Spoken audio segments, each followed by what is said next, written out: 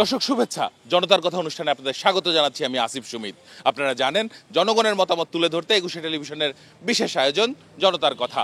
আমাদের প্রত্যাশা, দেশে শক্তিশালী গণতন্ত্র। আমরা চাই সরকারকে সহায়তা করতে।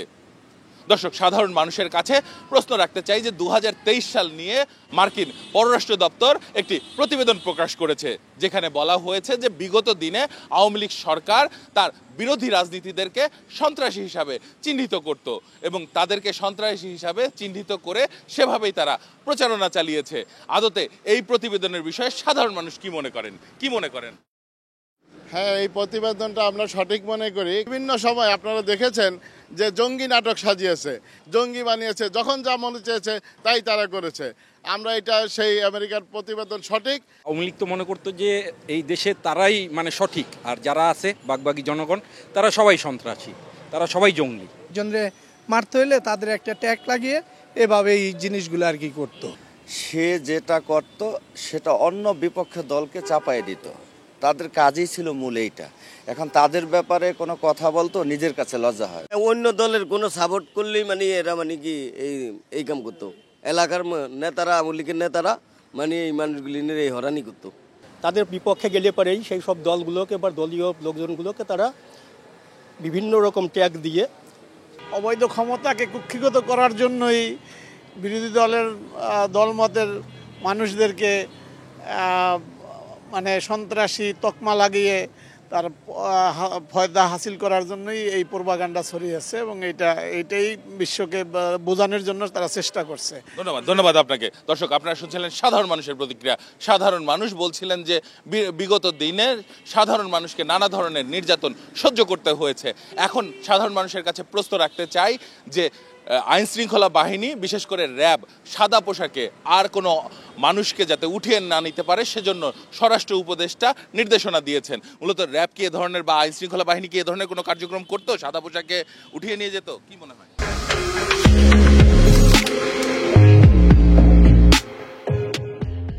জি, ধন্যবাদ আপনাকে, একুশে টিভিকে ধন্যবাদ। সাদা পোশাকে র্যাব যে নির্যাতন নিপীড়ন করেছে, সেই নিপীড়নের শিকার আমি নিজে একজন। উঠে আনিছে আমাদের জনগণের সামনে থেকে, কিন্তু নেওয়ার পরে তারা অস্বীকার করছে আমরা নেই নাই। এমন এই ধরনের লোক গুম খুন হয়ে গেছে, তারা অস্বীকারের পরে দেখা যায় কেউ নদীতে পাইছে, কেউ বেরিবাদে লাশ পাইছে। বিগত দিনে এইটা কথা সাদা পোশাক র্যাব এমন পুলিশ কেউই বাদ না, এমন ডিবিও এটা জড়িত এক নম্বরে।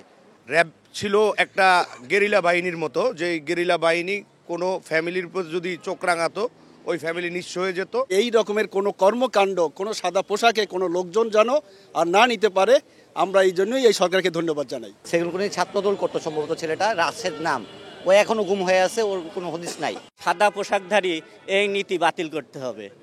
যদি কারো নির্দিষ্ট অভিযোগ থাকে, নির্দিষ্ট প্রমাণের ভিত্তিতে তাদেরকে অ্যারেস্ট করে এবং জানাই যেতে হবে যে কোথায় নিয়ে যাইতেছে তাদেরকে। আমরা হয়রানির শিকার হই।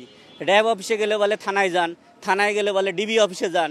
আমরা আসলে অনেক হয়রানির শিকার হই।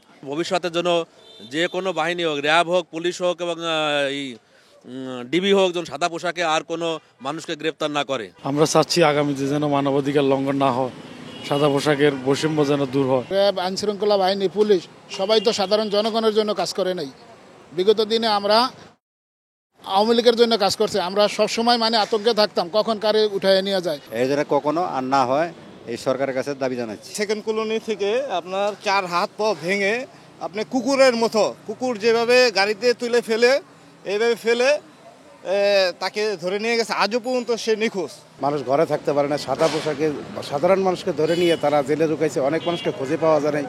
এরকম তাদের কি কীর্ত কাহিনী ছিল আর কি। তাদের অযথা হয়রানি করা হয়েছে, অন্যায় নাই তাই অন্যায় নাই, ধরে নিয়ে শাস্তি ভোগ করা হয়েছে। সাদা পোশাকধারী যারা সাধারণ মানুষকে উঠায় নিয়ে যেত, এই প্রবণতা এখন আর নেই।